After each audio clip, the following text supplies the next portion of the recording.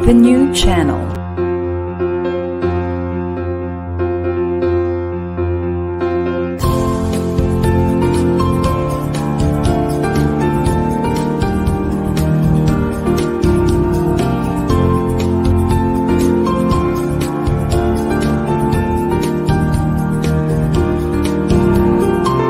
The new channel. Hashtag TNC Now.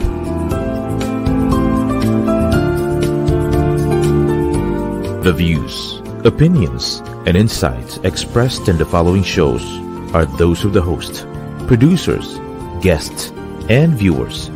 They do not necessarily reflect the position of the channel. Viewer discretion is advised.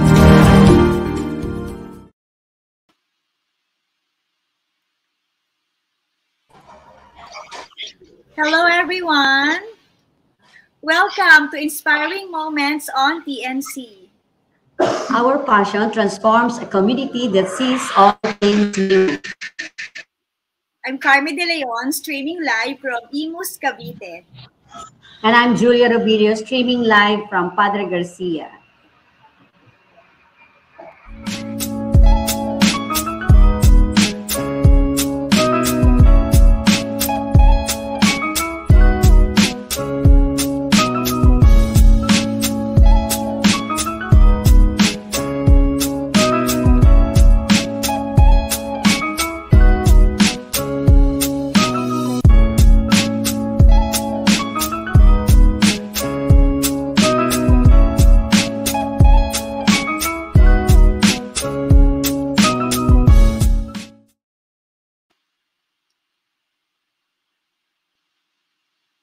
Hi again. Good evening. Good evening, Sister Julia. Hello, good evening, Sister Carmie. Alam mo ba kung nasan ako ngayon? Actually, I'm in Padre Garcia, Batangas. And I'm actually inside a coffee shop, Drews and Brews, dito sa Padre Garcia. And, you know, nakiusap ako kanina kasi if I would travel to Lipa, baka abutan ako ng traffic. So, they were so kind naman. Pinayagan nila ako. Siyempre, order lang ako ng dinner dito. So, mukhang excited ako kainin yung aking chicken biryani mamaya. Wow, I like that. That's my favorite. Talaga, tama-tama pagpunta natin dito. Enjoy the fresh air and the freshly brewed coffee. And don't forget about us. Pabalutan. Sunday pa ako babalik ng Maynila eh. I missed you, sis. I missed you last Friday with Sheila. But it went well. And tonight... So sad. Babawi ako sa iyo ngayon. Meron tayong special. Yes. Special guest. Yes, ikaw na mag-introduce, sis. Yeah. So, just like Sheila, this lady is also an achiever and a very passionate sales superstar. So, napupuno tayo ng sales people, di ba? And this is because every day we sell. We sell ideas, we sell our passion, di ba? We sell ourselves. But this person is a leadership mentor also and a fearless entrepreneur. She is an advocate of PropTech, that's Property Technology, and is the founding executive director of PropTech Consortium of the Philippines. It's the first and the only PropTech organization in the country, so pioneering. She also appeared in different fora, news channels, and training workshops. You know, this lady is an educator by heart, and she used her passion for selling, for teaching, to sell. So, ganun pala yun, sis, no? Pag magaling kang magturo, magaling ka rin magbenta because you're practically selling the lessons, diba? And the learnings. So, I'd like us to welcome our guest tonight, Miss AJ Rocero. Hello! Hello, AJ! Hello! Magandang gabi. Thank you for that kind introduction. Hello, Sis Julia, Sis Carmie. Thank you for having me. Magandang gabi po sa audience natin. Welcome to TNC, Inspiring Moments. O, diba? Memorize ko. Oo naman. Ang charming nga, no, Sister Carmie. Talagang totoong naniniwala ko sa you, beautifully connected. So, looking forward ako dyan sa mga beautifully connected na mga sisters mo talaga, o di ba? Yes, Pinagsasama-sama talaga na dyan sa magaganda eh. Tamang-tama, sis. Yun ang sinasabi ko lagi in all the teachings, no? Surround yourself with the right people. Hindi naman yung mamimili ka ng mayaman o maganda or nagkataon lang na ang gaganda ng amigas, di ba? But people who can really lift you, inspire you, influence you to be better every day. Correct. And tonight, we will know more about AJ. You know, I know AJ for siguro less than 10 years, no? But we're closer, kahit hindi kami nagkakasama every day, it's so easy to talk to her. Hindi naman kami talaga super dami ng business dealings, no? But I knew from the start that she's a nice, she's a beautiful soul. So, siguro ang gusto nating unang ipakwento, mabait ka ba talaga, AJ, kahit nung bata ka? Everyone, bad ako nung bata ako, medyo may superiority complex ako. What about you? Dapat pala, tanungin natin sa yung mga classmates ko. Sana nanonood pero sila. Alam ko naman, hindi ka sinungaling eh. And you will admit to ano man. Oo. Well, I think I'll put it in the context na how my parents and my sisters, my family would describe me and my friends would describe me, no? So, well, I remember nung bata ako, makulit ako eh. Makulit in the sense na my mom would tell me stories na, kasi yung nanay ko, siguro sa kanya ko na ba namanay yung pagiging businesswoman. I remember, maliit pa lang ako, she likes to sell. So she would leave sometimes the house and then she would go out para magbenta, and then hindi ako papayag na hindi ako kasama. Gusto ko kasama ako, so habulin ko siya. And parang 3 years old pa lang ako noon. So ang kulit ko daw, lagi niya akong napapagalitan kasi nga I always want to follow her, and I think that's really how kids are, kasi malapit ako sa nanay ko. And then I remember then gusto ko kasi talaga gusto ko lagi akong natututo.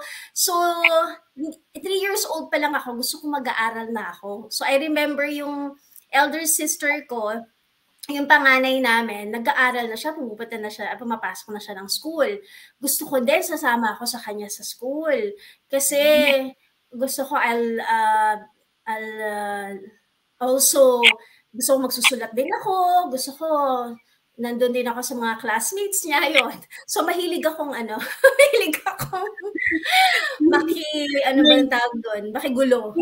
Nasabihan ka ba na sis ng mama mo na atribida? Di ba ganun yung mga bata dati? Hindi, sabi niya makapal daw ang mukha ko. Oo. Sa amin magkakapatid.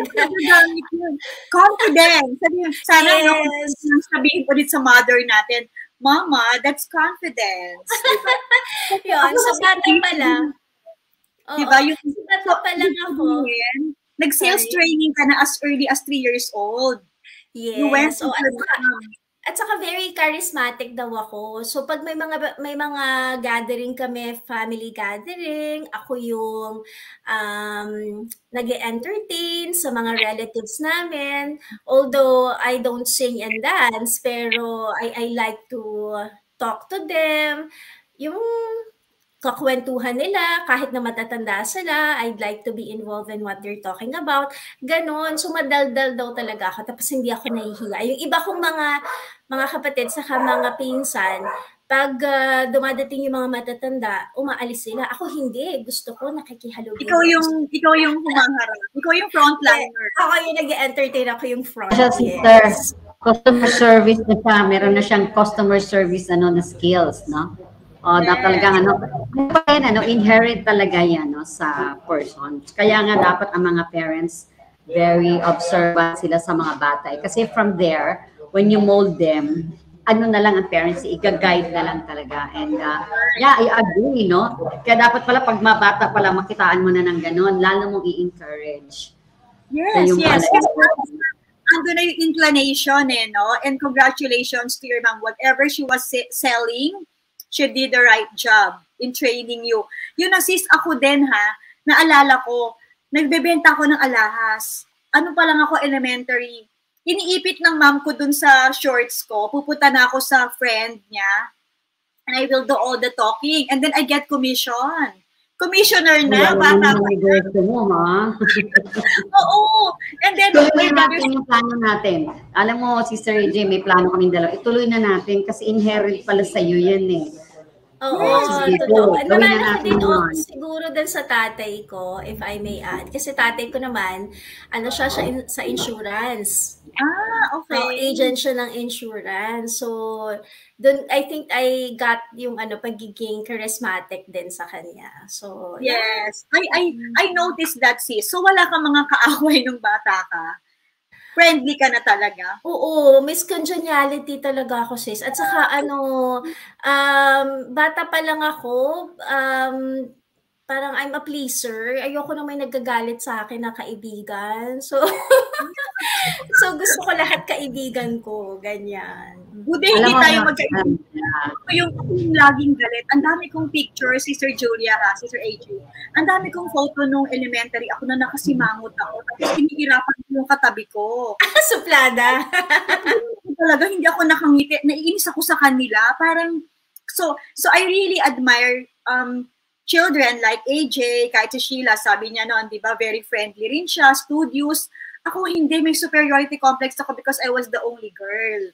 So, si AJ, kitang-kita mo yung demeanor niya. The first time you see her, you will not hesitant, no? To talk to her kasi she's smiling. Hindi ka nai-intimidate. Tama ba? Hindi nai-intimidate. Sister Carmie, allow me to ask this question because I don't want to forget this. No? Because kanina, while listening to Sister AJ, you were saying na yung sister mo, di ba? Kung sumasama-sama ka, yung mom mo, and then your dad, and then I look at your profile, no? Ano yung nag-inspire? Common values o yung common na nag-inspire sa'yo why you become successful today? Kasi I'm sure, parang doon ang path mo din eh, parang dumaan ka sa educator, and then napunta ka sa sales, and you know, yung PropTech na yan. And ano yung nag-inspire sa'yo? I love the question. I think yung foundation ng success, my personal experience is the fact that nakita ko yung value ng hard work. Kasi from my parents pa lang, I saw them really hardworking. Tapos yung value din ng family, ng unity, ng family. And apart from that, because hindi naman kami mayaman nung maliit pa lang ako. Although tatay ko nag-abroad kasi para ma-provide kami na mapag-aral kami sa magandang school. So nakita ko yung dedication nila, nakita ko yung sacrifices nila. So kaya nung lumalaki ako particularly, vinalue ko yung sakripisyo ng mga parents ko. Kaya sabi ko, I remember hindi naman ako honor student when I was in high school kasi I just enjoy doing things. So sa akin kahit hindi ako top, basta masaya ako sa ginagawa ko, nakapasa ako, hindi ako bagsak, so okay na yun sa akin. Pero because nung as I age, nakita ko yung value ng nakita ko yung totoong nakita ko yung totoong nangyayari, reality. 'Di ba? Reality is you have to be competitive. You have to be your best, otherwise you won't be successful. So nung college ako, I have experience failing kasi nag-aaral ako at saka nagtatrabaho. And it was difficult for me. Oo. So, nung I remember, first year college ako, I decided to work. So, part-time sa fast food. At saka even sa SM. Ha? Sis? Nag-crew ako at nagtrabaho ako sa SM. At I remember 18 years old. Oo. Kasi yun yung time na I want, lahat kami nag-aaral na magkakapatid. Tatlo sa college. So, syempre, it's expensive. So, I decided na I wanted to help my mom and my dad. So, para hindi na nila babayaran yung tuition ko. It was difficult. Kasi syempre, pagsasabay mo yung pag-aaral sa pagtatrabaho. So, dumating dun sa point na I had to prioritize yung trabaho ko kasi nai-enjoy ko siya eh. Kumikita ko ng pera, gano'n.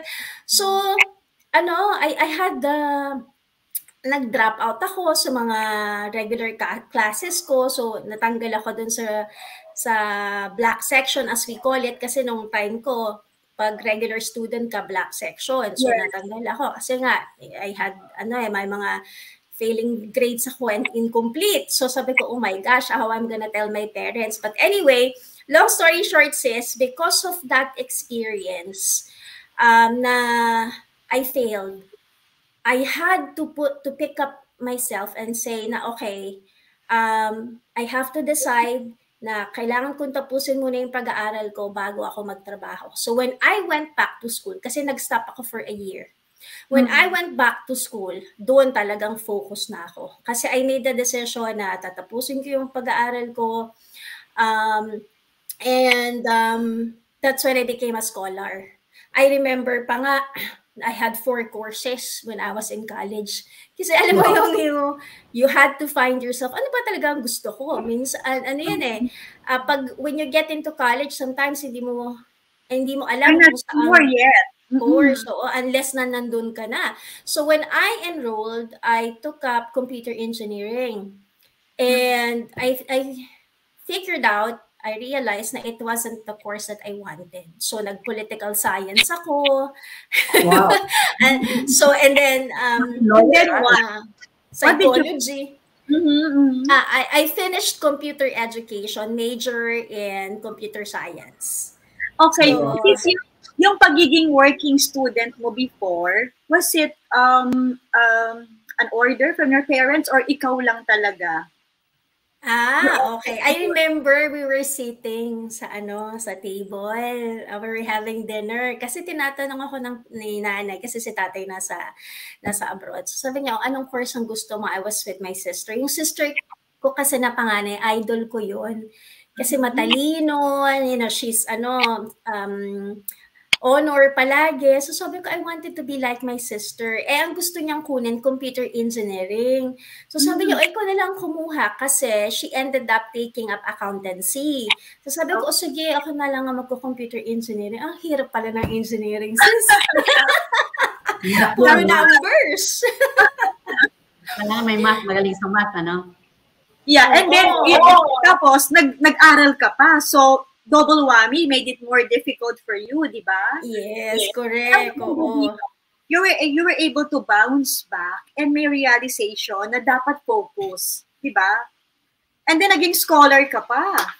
Yes, kasi I learned my lesson. Sabi ko, nako, grabe yung pain that I caused my parents kasi syempre they were disappointed. So when I went back to school, I told myself, I'm going to focus on my studies. Hindi na ako magtatrabaho. I was always in the library. Wala akong barkada. Kaya nga late bloomer ako kasi hindi ako lumalabas yung mga nag-gimmick sis. Wala akong ganun kasi talagang bahay, studies lang ako. But it paid the price. Look at you now, diba? Look at you now, you're complete, diba? And you look back at those stories and ang isang maganda ditong character, Sister Julia, AJ is a very obedient daughter and very loving.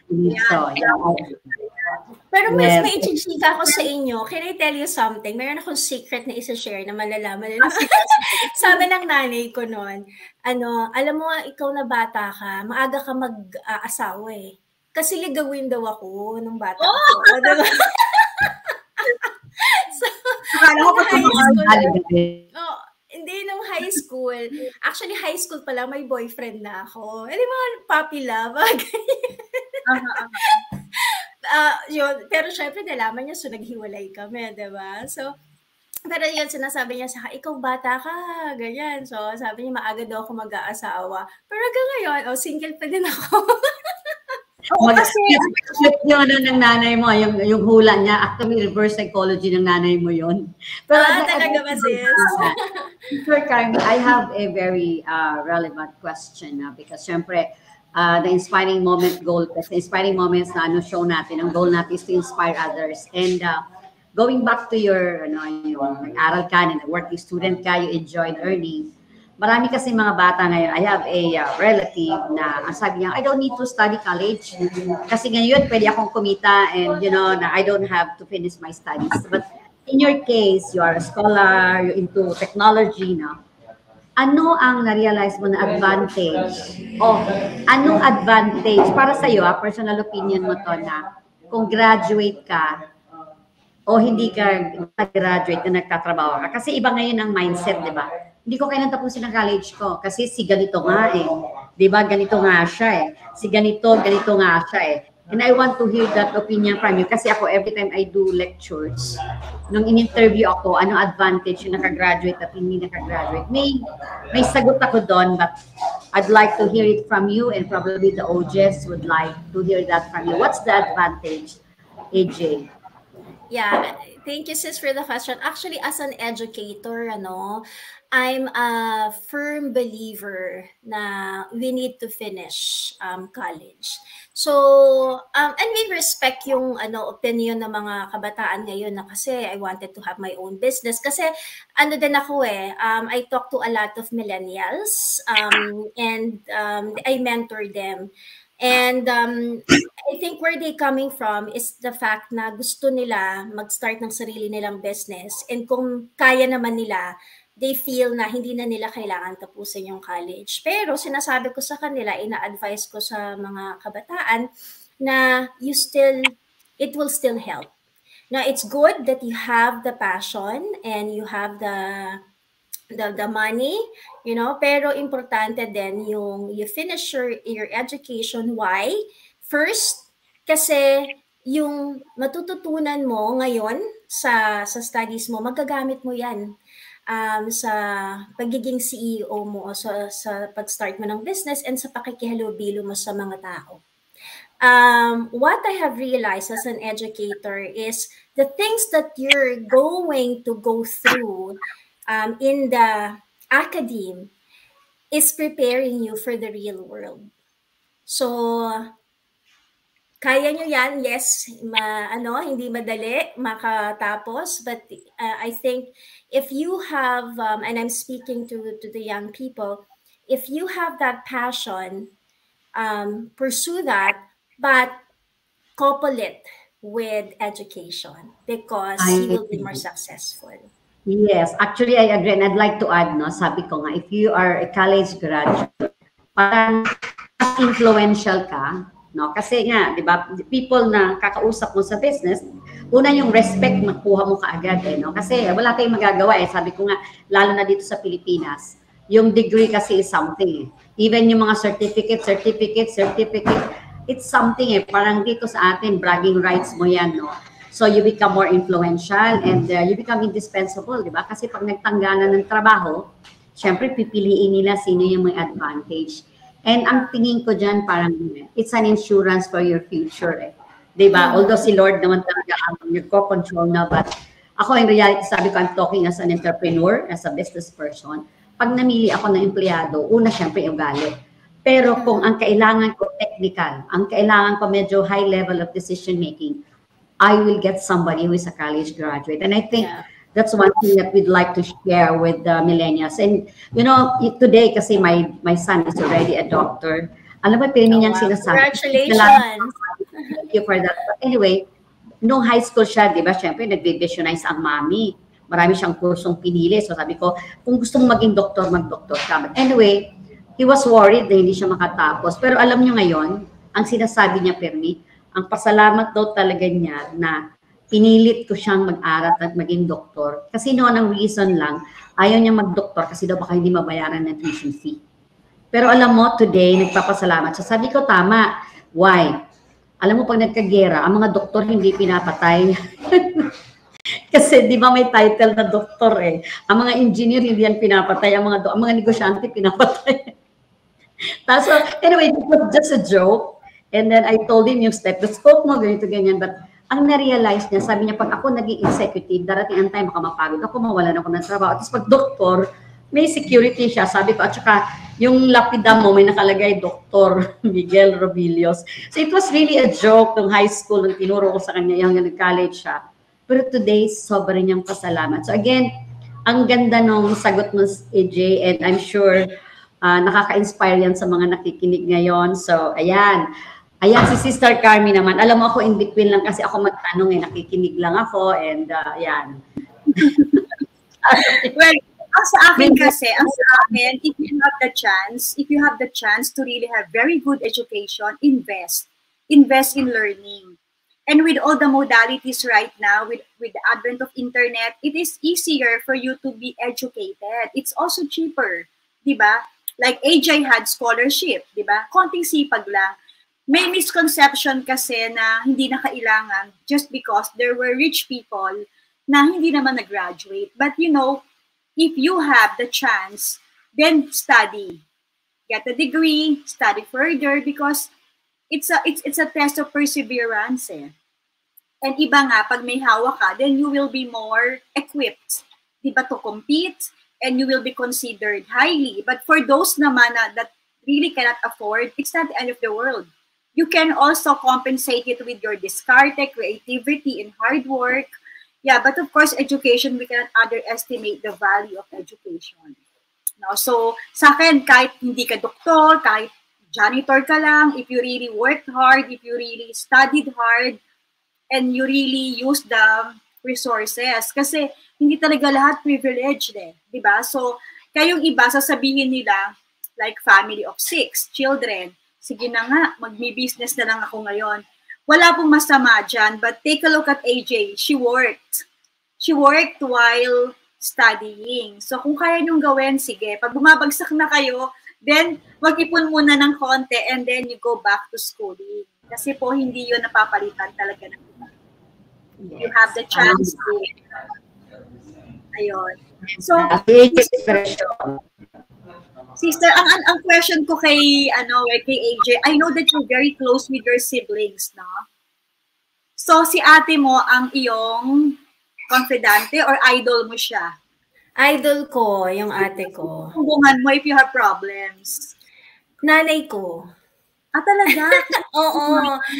May nanay, oo. And yeah, nanay talaga yung best friend ko. So that's why when she passed away, you know, my world crumbled. That she's also the reason na she's also my source of strength. Yes, yes. And ang question lagi ni Sister Julia, when you were very close with your mom and when she died, paano mo na-overcome yon? Sobrang sakit, and that was pandemic, right? Yes, yes.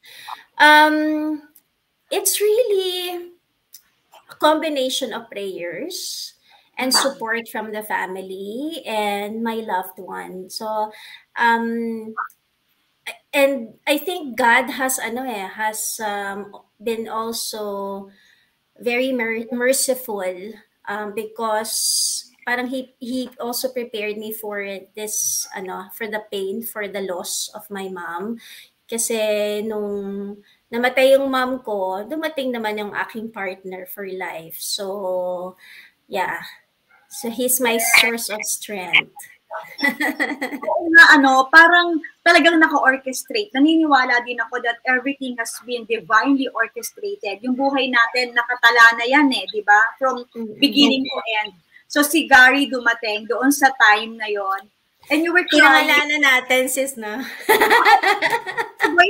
When my papa died, I was a father's daughter. Papa's girl ako eh. When my dad died, ando na si Bernard. Siguro baka hindi mo nga kinaya di ba? Kasi it's so painful. Yeah, but life goes on, di ba? Hindi yan humihinto.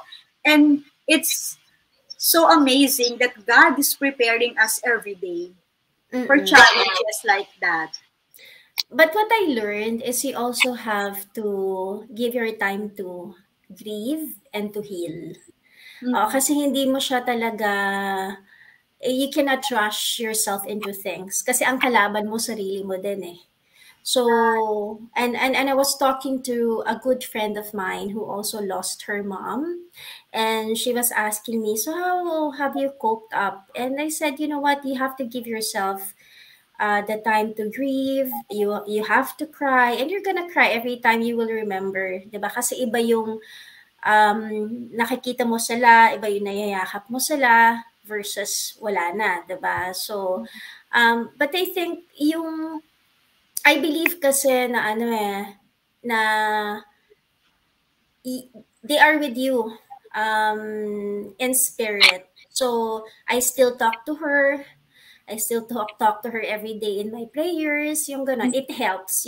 Kasi you feel like you're still connected, although you know that she's in a better place and she's in peace. Yes. But at the same time, you know that you can also, you're still connected with her in some way. Yeah, so allow yourself to cry, 'di ba? Hindi mo 'yan pwedeng labanan kasi emotions mo 'yan And suddenly talaga you'll fall. Ako si Sister Julia, every time I go to the grocery, supermarket, pag nakita ko yung diaper ni Mama, iiyak na ako agad nun. And then, suddenly, yung 10 people in the house, naging 3 na lang kami ni Bernard and si Vince. I cried a lot nung pagwala din ni Mama. And so, tanggapin po natin, it's okay to cry kasi masama yung loob natin, but lift everything to God. And every tear sa atin may kapalit na joy. And I agree. Alam niyo ako, ginawa ko. Yeah, sorry. Yes, EJ. Go ahead, sis Julia. Go ahead, sis. Actually, when my mom died, kasi noong siya, yung talaga may struggle yan, dinala ko siya rito. And then when she died kasi, nung time na nasa Burol siya, paalis ako ng Hong Kong, tapos may speaking engagement ako kinabukasan. Kaya lang siya, pag meron ka ng kontrata and you're the speaker, would you believe yung dad ko nung namatay, nasa speaking engagement ako. Tapos yung mom ko nang namatay nung gabi, kinabukasan may training din ako, no? And then paalis ako ng Hong Kong. So nung kinremate si Mama, wala ako. But anyway, I think ang naging effective din sa akin, yung picture ni Mama. Nilagay ko yung malaking picture na during, di ba, funeral, may malaking picture yan sila na. Yung picture na, yung wedding picture ko yun, yung sinuot niyan, nilalagay ko sa kwarto ko. Tapos lagay ko lang, yung nakikita ko siya kasi my mom, and I think your mom also, it's a source of inspiration, or sometimes sila, may ginagawa sila na I still recall until ngayon, no? Kaya yung picture na yon, pag meron akong struggle sa opisina, yung may takulo, taparanta, nakikita ko si Mama sa isang corner dati, tahimik lang siya, nakatingin siya sa akin. And nung nalaman ko na lang that every time pala nagpapanik ako, Mama is praying. So yung picture na yon, nung nandun ako sa ang dami kong pinagdaanan na tumbling na mga challenges.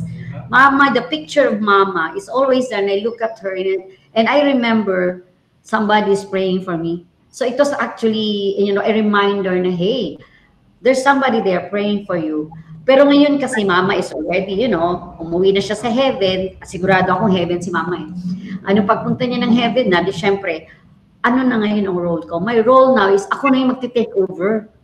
And you know what? It forced me to become a careful person. Kasi wala na si Mama So I have to fight. And ako na ngayon, pag may problema, naging magandang benefit was, dahil doon, pinaisip ni God sa akin. Kaya ikaw na ngayon, kasi ikaw na yung eldest in the family, ikaw na lahat. Pag may problema yung mga kakapatid, pag ikaw yung ate, lahat sa'yo ate. Ate, ganito, sumbong. Alam niyo, ang naging effective. Sige, pag-pray na lang natin yan. And then I became prayerful. Which actually, alam mo, nare-recall ko, good memories of Mama. Tapos naging happy ako, sabi ko, may iniwan si Mama sa akin na maganda. Nakakatawa yung mga sisters ko. Sabi niya, ay si ate, nag-i-emote to, andyan ang picture ni Mama, kinuha talaga. Tapos yung earn niya, nakalagay yun sa safety deposit box ko. Hindi ko nilalagay, kasi nakalagay sa sa deposit box bago ko inuwi sa probinsya. So again, siguro yun na nga yung mga ini-inspire ng parents natin. But anyway, we're going to have a commercial break, Sister Carmie. May next question ko for Sister AJ. In your journey, as an educator, as an entrepreneur, you're the founder of this PropTech, consortium. May mga challenges ka bang pinagdaanan? And then paano mo siya na-overcome? And ano yung pinaka-operating principles na ginamit mo, values? Kasi ang ganda-ganda mo pa rin di ba? Kasi iba pag dumaan sa ganun, di ba, tumatanda. Pero ikaw bumabata o maganda ka, nakita in person, So, sasagutin mo yan after our commercial break, Sister AJ. Okay. All right, sis.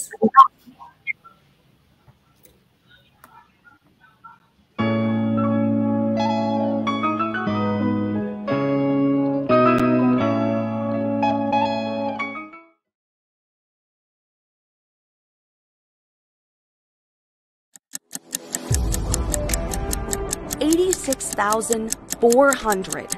That's how many seconds you have in a single day. 24 hours. Time that seems to fly by in the blink of an eye, never to be recaptured. Each day, you're overcoming obstacles and conquering challenges. Sometimes you want to kick it up a notch, and you could use a little extra help. Finally, there's a solution, a way to power the untapped potential that already exists in your body and mind. Presenting ASEA's Cell Performance, 3 innovative products powered by Redox that specifically target your energy, your mind, and your mood. 3 products to help you take on your next big challenge and achieve more than ever before. Revving up your body to help you amplify every hour, minute, and second of your day. Redox Energy. Ignite sustained physical and mental energy by helping your cells reach redox balance. Redox Mind. Gives your brain a boost for sustained cognitive performance so you can think more clearly and focus more easily. Redox Mood. Helps you find peace of mind by supporting a feeling of calmness and uplifting your mood. Make your everyday moments count while you maximize every second. Get sustained energy, enhance your brain power, and lead a life of vitality and significance. The life you deserve. ASEA's Cell Performance, powered by Redox. Feel the difference.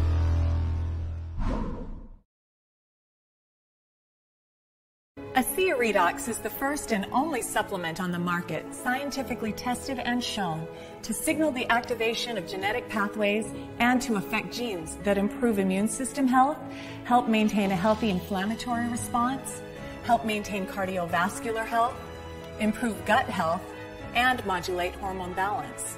Are you done with the breakdown? Reach for the breakthrough.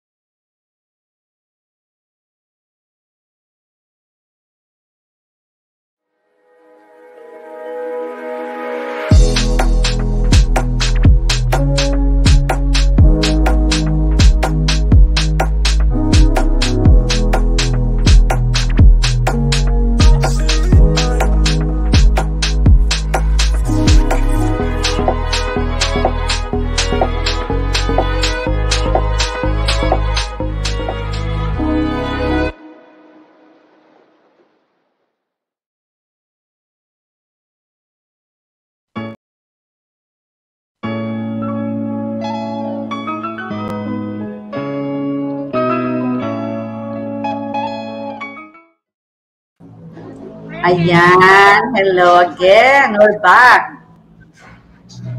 I'm Carmie De Leon, and you are watching Inspiring Moments. The new channel is an alternative new media platform for people on the go.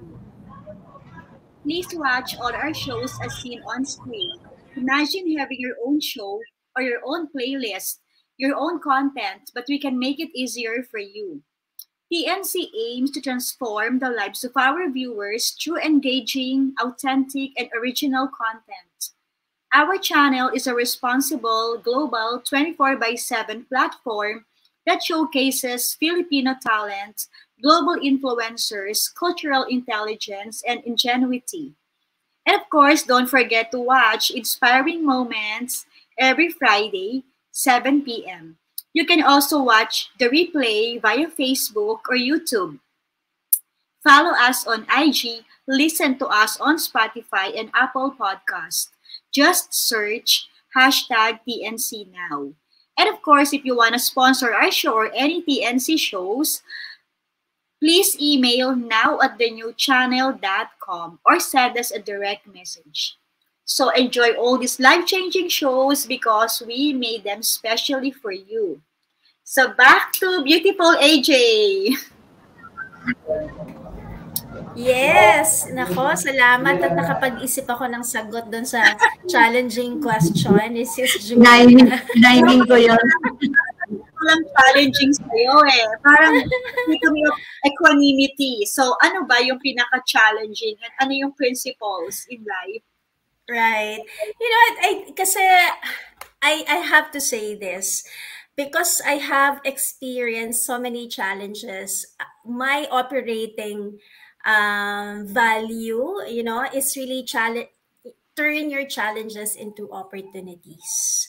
So I think a specific example of challenges is, of course, when I was in college, you know, I had to work and study, and it was challenging. And then when I started working naman, I remember as a teacher, as an educator, masaya maging educator, but the reality is they don't pay well. So that's why I had to shift my career from a teacher to the BPO, and I entered the BPO industry. And I remember it was challenging because I don't have any experience. I don't know how to properly speak in English. And dun pumasok yung I had to learn things. Kaya kanina yung sinasabi ninyo, di ba, na importante talaga na you equip yourself through learning. And because of these things that I have experienced, I value everything, every experience that comes my way. And the way I deal with life is no matter how challenging it is, I focus on the opportunity. What is the situation teaching me? Ano yung matututunan ko dito sa challenging experience na to? And then I change my perception from thinking it is difficult to believing that I can do it, and that there is a blessing that's gonna come out of adversity or out of a challenging situation. So ano yung pinakamahirap talaga, sis? Ano yung, kasi parang ang walang mahirap sa'yo, di ba? Sabi mo, yung mga dinaanan ko ng college, wala ako nakikitang hirap sa buhay when I look at AJ because everything, sabi mo nga, I remember, no, meron tayong problem. No, don't say problem, opportunity. Di ba? Don't say challenges, say changes for the better, 'di ba? Pero ano yung meron ka bang iniyakan na talagang na-depress ka for a while? Wala talaga. As in, it's really my mom. It's my mom's and my dad's. The death of my parents was really the most challenging thing that ever happened in my life. Kasi just to share with the both of you, I remember, working, yung life ko, before I got into a relationship, yung life ko is bahay, trabaho. And my whole world revolves around my parents. So yung weekdays ko, trabaho, nanay. And yung weekends ko, that's tatay. So, ano sila, I have specific day like si tatay, Sunday, si nanay, Saturday, Monday to Friday, that's my job. Kasi if you're an executive, you're on call 24/7, diba? So that's how my life was. So that's why when I lost them, it was a big adjustment kasi I don't know how to live my life and to continue to survive after losing them. Ganun pala yun. Totoo pala yun. So, I had to, I had to make a lot of, decision na, you know what, you have to move on with your life because that's what your parents would want you to do. Pero yung pain na parang feeling mo wala kang lakas. Kasi nga, yung buong buhay mo sa kanila naka-circle sa kanila, nag-evolve lang sa kanila.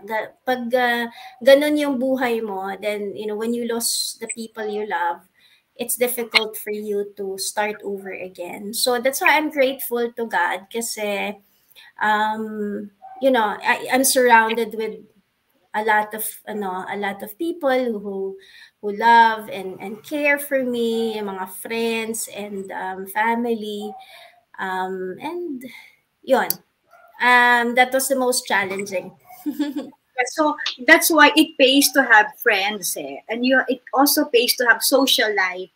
Hindi po masama yung mag-socialize, di ba? Like it was more difficult for AJ kasi yun nga, umikot doon yung and she had to adjust and adapt na dapat may ibang friends ako. I'm sure naman you have many friends because you're a kind person, but maiiba talaga yung habit mo ngayon. You will have to cope with that. And again, thank God for Gary because he's there to comfort you all the time.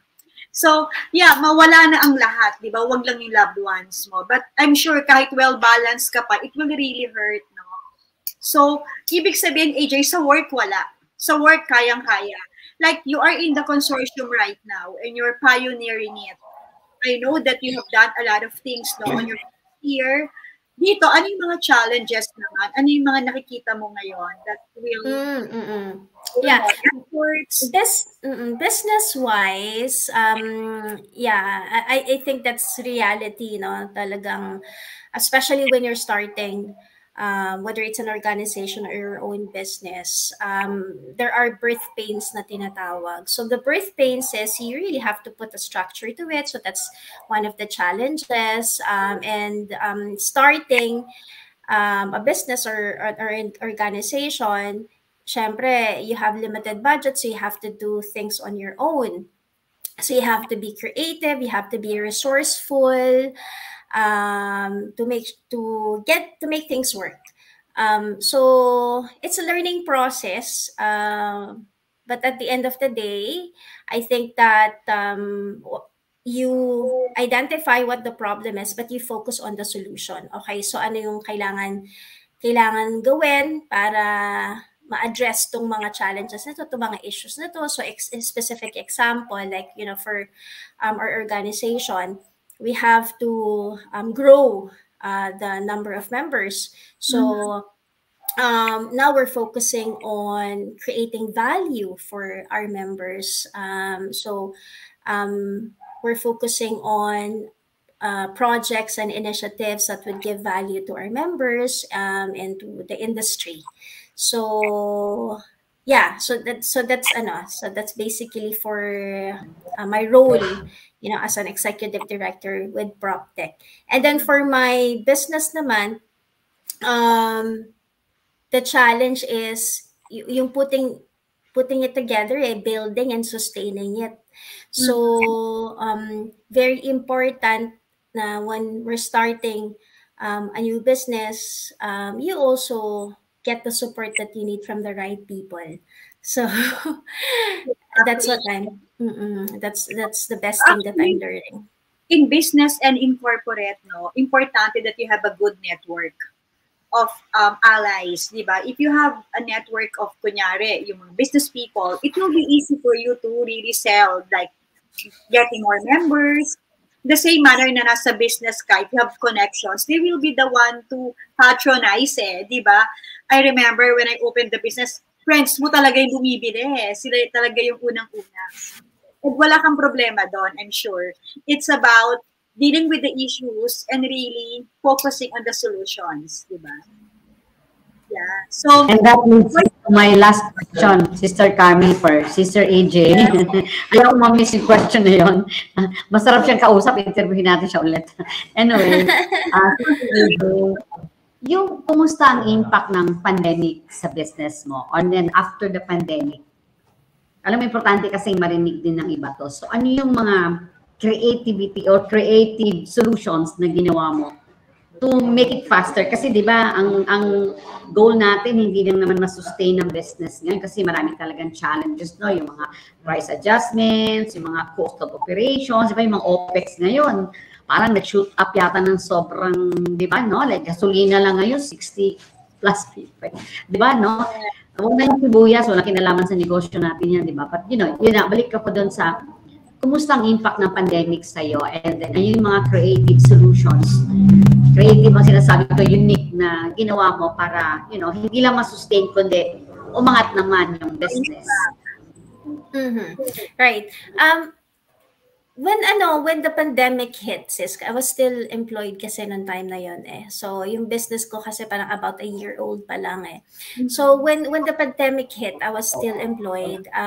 But I really felt the impact kasi that's when I had to leave my my corporate job for 12 years, no?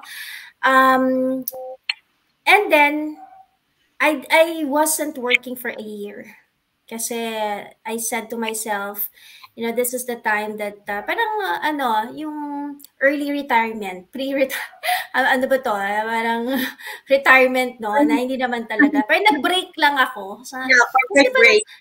Dadating ka pala doon sa point na yun, and perhaps, most of you or some people can relate.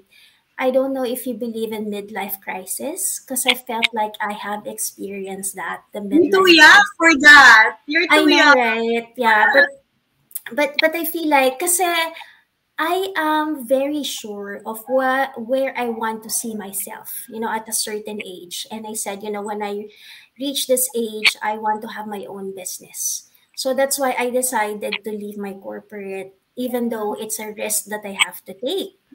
So, nung nag-pandemic, so the business that I started was Happy Box. So, it's online. So, kasi I love curating gifts for people. Na it's a happy box because when you open it, you'll feel happy. Dun sa mga nakikita mo dun sa personalized or curated little things, it could be small things na nakikita mo, but it makes you smile, it makes you happy, So that's what I did after I left the corporate. And then now we're starting this business on the advertising naman. And I think it's a perfect timing na in-start namin siya a year ago.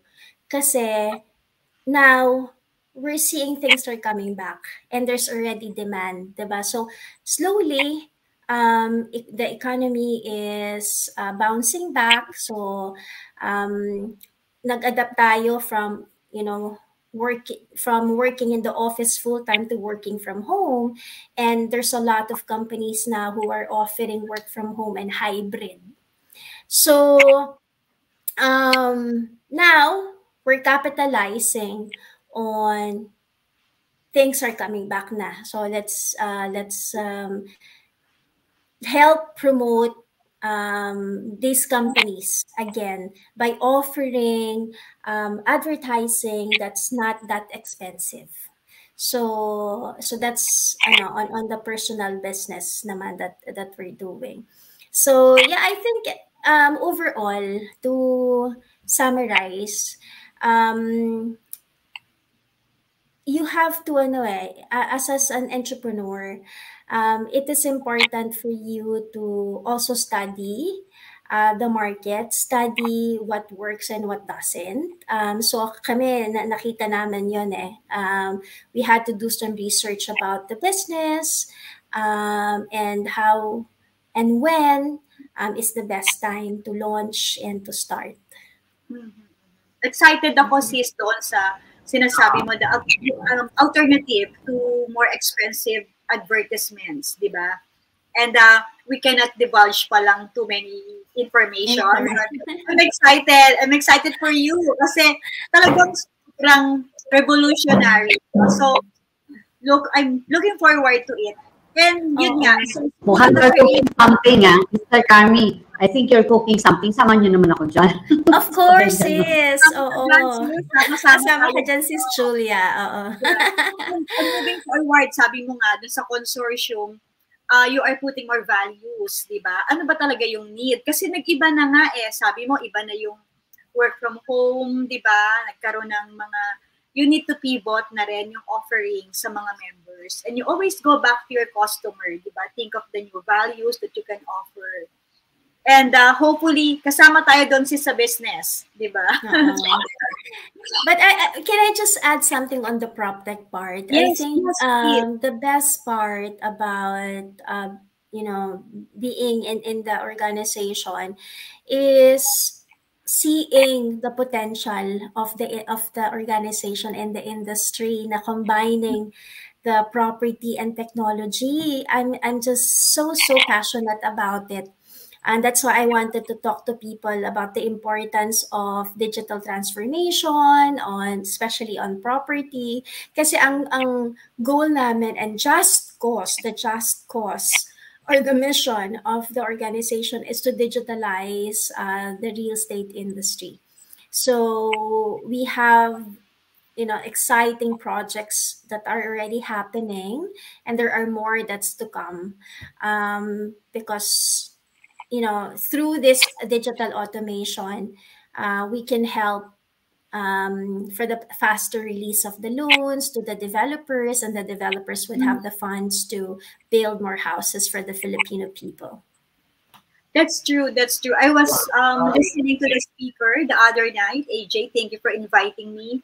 The expert talked about data privacy, and it's very relevant. Kasi especially the upcoming real estate, diba, the members of the consortium. So you're doing a good job, AJ, and keep it up. I'm happy that you started that first in the Philippines, diba? So before we end, I'd like you to talk to our audience, AJ, whatever you want to impart to inspire them. Right. Thank you so much. Yeah, I just wanted to thank you both, from the bottom of my heart, for giving me this opportunity to share who AJ is. I think for our viewers, for those who are listening and who would, watch this video, this episode, two things that I wanted to impart to our audience is, first, it's never too late for you to start something that you really love. So pray for it and study. You have to learn things also on your own, develop yourself, because you won't be able to do it also if you do not have the knowledge that you need to start something. So, but it's never too late. But important thing is to pray and to equip yourself with the knowledge that you need. And then secondly, I think, the importance of relationship and connections. And the reason I'm here is because I have beautiful connection, with my sister Carmie. And, I'm happy to have met Julia also. So take care of the relationship that you have with your family, with your friends, because at the end of the day, this is the reason why, we're here. That's the purpose of us being in this world, is to be able to live a life of purpose, to be able to inspire other people. Wow, that's so sweet. you, AJ. Thank you. Yes. What are we here for if we don't love each other? Diba? So thank you so much, my sister. Carmie. Thank you. Now we know why she's very successful. Thank you. Yeah. Alam ko na kung bakit successful ka. But anyway, before tayo mag-end, Sister AJ, congratulations. Kasi alam mo, the pandemic actually became a blessing sa iyo eh. And I'm so blessed no, na naging guest ka namin today. Because a lot of people, the pandemic actually, parang for them, it was not indeed a blessing. For me, for Sister Carmie, and for you, actually, the blessing na matagal ko nang hinihintay sa Lord, no? Kung hindi nagkaroon ng pandemic, hindi ko siya ma-realize. Kasi minsan, si God, tinatanggal niya yung mga kinakapitan mo, di ba?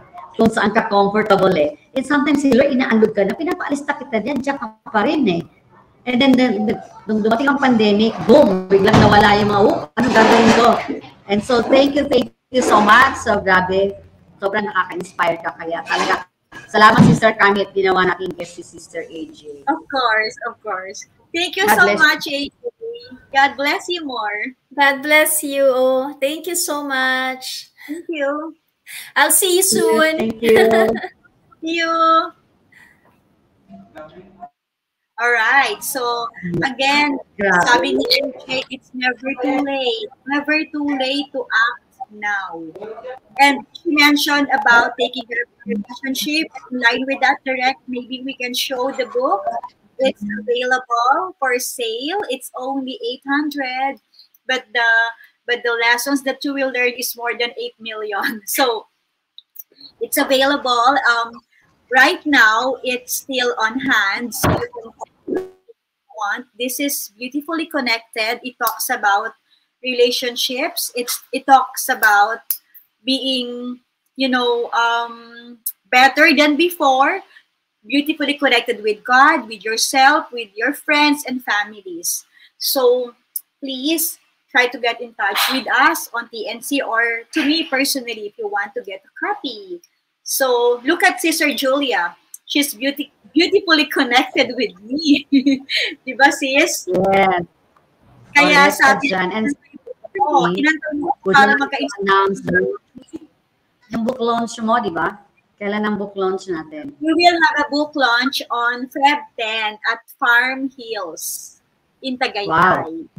Yes, exciting yan, Sister Carmie. Excited na ako. Dapat maganda tayo pare-pareho noon. Dapat maganda ang ating intention, maganda ang heart so that it will reflect on the outer beauty, di ba? Dapat yan from inward, outward. So, happy weekend to everyone, Sister Julia. Enjoy the fresh air in Batangas. Don't drink too much coffee, but take a relax. Kailangan natin ng relax. Water. Yes. I see tomorrow. So thank you, everyone. Next week, we have a special guest. Wait for guest natin, guest box. Yes, next week. Alam mo, Sister Carmie, super excited ako for our guest next week. Because hindi lang siya si Jess Bach. Siya talaga ay medyo super galing na kid. And I'm so glad that he agreed to be our guest on February 3. So, kailangan ma-announce natin yan. Sikat na sikat to sa mga millennials eh. Paano natin kulan natin yun. Palagay ko pagkatapos natin ng show, with our guest na si Jess Bach. Palagay ko tayong dalawa magra-rap na tayo. Ano man ang mag-practice ka na, Sister Carmie, para pagdating niya, pag in-interview natin, para tayo nag-beatbox. Practice na. Okay, sige. Thank you so much, my sister. Watch for it. Thank you very much, everyone. Thank you, sis. I love you. God bless you. God bless you all. Ingat po kayong lahat. Bye-bye. Bye.